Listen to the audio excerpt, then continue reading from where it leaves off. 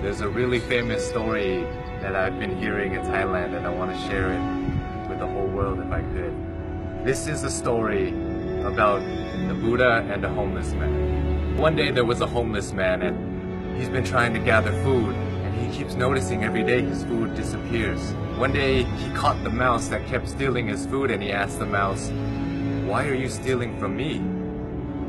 I'm a homeless man. You can steal from richer people than me and it won't have any effect on them." The mouse then told the homeless man, "It's in your destiny that you can only have 8 items in your possession. No matter how much you beg, no matter how much you gather, this is all you'll be able to have." The homeless man was shocked and said, "Why is that my destiny?" And the mouse said, "I don't know. You should try and ask the Buddha." So the homeless man goes on his journey to go find the Buddha, and as he's going, it gets late, so he ends up at a wealthy family's house, and he asks if he could stay the night. They let him in, and they ask him, "Young man, why are you traveling so late?"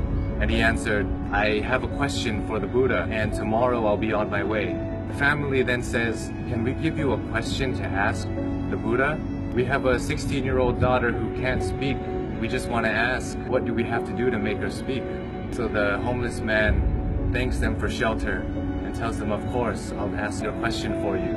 So the next morning he goes and continues his journey and sees a sea of mountains that he has to cross. He climbs up one mountain and he meets a wizard. And the wizard decides to use his staff to take the young man and himself, fly them across the sea of mountains. And the wizard asks the young man, "Where are you going? Why are you deciding to cross these mountains?" And the young man said, "I'm going to ask the Buddha a question about my destiny." The wizard then says, "Can I please give you a question to ask the Buddha? I've been trying to go to heaven for 1,000 years. According to my teachings, I should be able to go to heaven now. Can you please ask the Buddha, what do I have to do to get to heaven?" "Of course, I'll ask your question for you." And as he continues on his journey, he runs into his last obstacle, which is a river that he cannot cross. Luckily, he meets a giant turtle who decides to take him across the river. And as they're crossing the river, the turtle asks, "Where are you going?" "I'm going to see the Buddha. I'm going to ask him a question about my destiny." The turtle then says, "Can you please ask a question for me too? I've been trying to become a dragon for 500 years. According to my teachings, I should have become a dragon by now. Can you please ask the Buddha, what do I have to do to become a dragon?" So the young man thanks the turtle for taking him across the river and says, "Of course, I'll ask you a question for you." The homeless man finally meets the Buddha, and the Buddha tells everybody, "I will answer 3 questions for everybody here, but only 3 questions." And the young man is shocked. He has 4 questions to ask. So he thinks carefully. He thinks about the turtle. The turtle's been living for 500 years trying to become a dragon.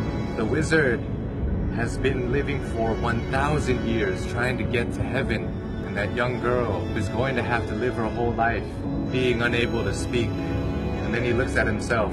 He says, "I'm just a homeless beggar. I can just go back home and continue begging."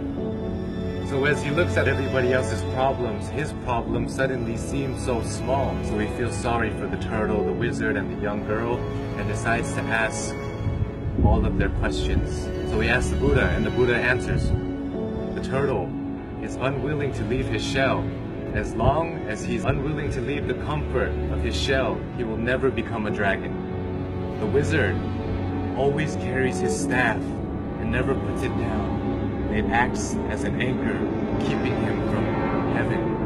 And as for the girl, she'll be able to speak when she meets her soulmate. So the homeless man bowed to the Buddha and went on his journey back home.